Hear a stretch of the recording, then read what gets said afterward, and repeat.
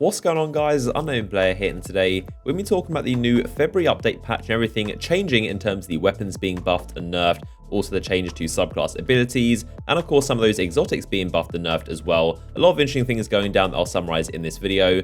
So like I said, Bungie hosted a live stream on their Twitch channel going through everything. I'll be basically going through and collecting all the details you need to know. A lot of very interesting stuff, and of course let me know your thoughts in the comment section. I'm sure there are bound to be some changes in here that you'll love and some that you probably won't depending on your playstyle. And it's also worth noting this isn't all of the changes in that patch coming next Tuesday. There are some others, of course, these are just the main highlights. There will be others as well, but those we found in the patch notes.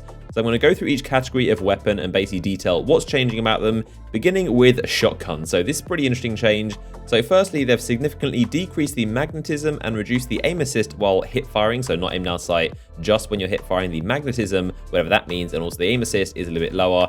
Now, they've also reduced the in-air accuracy of shotguns, so the pellets will not be as accurate and won't hit their targets and be as close together if you try and warrior someone in midair. So expect the shotgun gunfights to be a little bit more grounded now.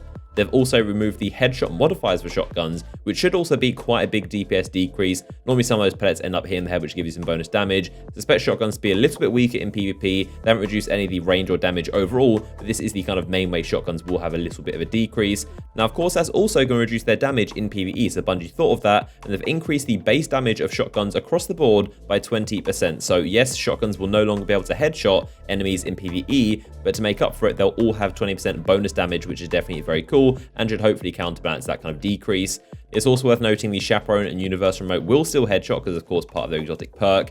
So Rangefinder, the very common and pretty much god roll perk for a shotgun, that now makes the aim down sight speed a little bit slower, so a little bit of a drawback to that. And they've also reduced the movement penalty to shotguns. You now move a little bit faster. That's actually a little bit of a buff to shotguns. They normally had a penalty to your movement speed, but now that's been reduced. They said it was unnecessary, so you now move a little bit faster with shotguns in hand. And also sidearms and snipers are unchanged. That's worth noting too. So moving on to the pulse rifles, we all saw it coming. Of course, the Clever Dragon, the fastest rate to fire pulse rifle, so the Clever Dragon, the Grasp of Malok, and also the Waltz from Future War Cult. Those fast rate of fire pulse rifles, their rate of fire has been reduced by 7.7%. So actually quite a big decrease. They'll now fire a little bit slower, and that'll make that entire archetype a little bit closer to the Hawksaw, the PX45, and the Blind Perdition kind of pulse rifle. That's definitely very interesting as well. So it doesn't stop there. So pulse rifles as a whole, high caliber rounds for them and how it affects them has been reduced. So high caliber won't be as good on pulses anymore. And then also high caliber across all weapons is slightly reduced as well. So the flinch it causes won't be as significant. They've also fixed high caliber for some other weapons like hand cannons and scouts. As I covered before, it didn't actually work properly on those weapons, and high caliber isn't really a good perk you wanted, and they've apparently fixed it, so it should be actually a decent option for those weapons. Now, definitely a very big change. Also, again, that high rate of fire pulse rifle category, the Clever Dragon mainly, they've reduced their magazine size down to naturally 24, whereas it used to be 30, for example, the Clever Dragon, and Brace Frame will drop that down to 18, which is definitely very, very small. So Brace Frame, the perk that gives you a ton of stability and reduce your magazine size, will be an awful perk to go for. You should definitely go for something like Canlay Stock to give you that bump in stability, which I've always said was a better perk, but now is even more reason to use it over Brace Frame, seeing as it drops the magazine size down to 18 now. And the final change is to the slow rate of fire pulse rifles. Their rate of fire has been increased by 5.3%, so the Parthian Shot and the Spare Change, those really slow ones, those now fire a little bit faster by 5%, which should be a pretty noticeable change and could possibly make them a lot better of a weapon choice. Now, next up, auto rifles. Their base damage has also been increased slightly. Their headshot modifier has been increased by 1.25 to 1.3, and across all primary weapons except for hand cannons, so pulses, scouts, and autos, those all have an increase slightly in their mid-air accuracy. So they're a little bit closer, but not the same as hand cannons just yet. They'll, of course, always be the best weapon firing in the air, but the rest of them have a slight increase. So auto rifles should be a lot better now, and they did say that auto rifle buff has been the biggest they've ever seen so far, so it could make a lot of them pretty decent now, so we'll have to see how much the damage increase actually is.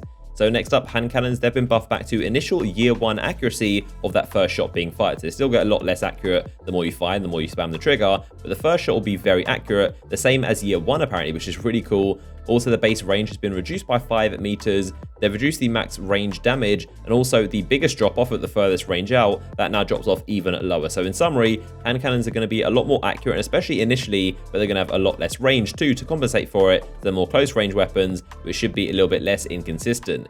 It does seem that the last word might suffer a little bit from this, and it might be a little bit worse. You can't really spam fire it anymore, and it seems like you need to take your time. There's not direct enough to the last word itself, but seeing as hand cannons have been changed as a whole, it does seem like the last word specifically does need to be taken a little bit slower now, and you can't really spam fire it like you used to. Now onto the special ammo change. This is probably one of the biggest changes in the entire patch. So you'll start as normal with special ammo, but when you die, you actually lose all of your special ammo, so completely gone. And of course, they've increased the special ammo spawn to every 60 seconds, so it will spawn quite often on the battlefield. But every time you die, you're going to lose all of your special, which is really, really interesting. And you only start it in trials on your first round. So the first round, you get special ammo. Every other round beyond that, you're of course being wiped. You need to go and collect that ammo every 60 seconds. Icebreaker and Invective are of course the same with their regen, but of course once again you'll still die and lose all your ammo, and when you spawn you need to regen again every single life. And sidearms are still the same, they spawn with ammo, so definitely a very good choice still. Now moving on to the subclass changes, so beginning with the Hunter, some very questionable things right here in my opinion. The Hungering Blade perk now only bumps up your health, not your shield. It does it instantly, but not your shield. Just the health is going to regen a lot faster. So basically the Blade Dancer is a lot more squishy when you're trying to rush people, and that's basically what it's meant for, rushing into rooms full of people and trying to clear them all out while regenning with Hungering Blade. That's essentially not going to be that doable anymore, and you get team shot a lot easier because essentially Blade Dancer is now weaker, which I think is really, really bad for the Blade Dancer. It was the weakest super in the game as it stood, but now it's going to be even weaker and even easier to shoot down as a team. So they didn't actually touch the skip grenades as themselves, but they did nerf Shinobi's Vow as an exotic in some way. We'll find out more in the patch notes, but Shinobi's Vow has been nerfed, but not the actual skip grenades themselves. Also, the throwing knife for the gunslinger, that now does soda damage. In terms of the Warlock, the Stormcaller melee range has been reduced, which I think we all saw coming. And Landfall now reduces the Storm Trance time, so you get less duration if you use Landfall, which is a good kind of trade-off and combination. The Titan finally, the Striker Jug Shield, now goes away if you go in air for a short time. You can't actually grow the Jug Shield and begin it if you're in mid-air. That's the only change to the Striker, and the Jug Shield cannot be used in mid-air. So of course they didn't read the full patch notes, like I said. These are just the highlights and the most noticeable things they could remember off the top of their heads. There are going to be a lot more changes in exact numbers and details, but especially the exotics that have been buffed and nerfed as well. We'll get more details and patch notes on the Tuesday when the update actually drops, and of course I'll summarize those in a video as well. But these are some of the ones they mentioned briefly. So the Universal Remote is going to get a slight nerf. Blink has also been changed, possibly buffed, not exactly sure what they've done with it, but Blink has been changed slightly.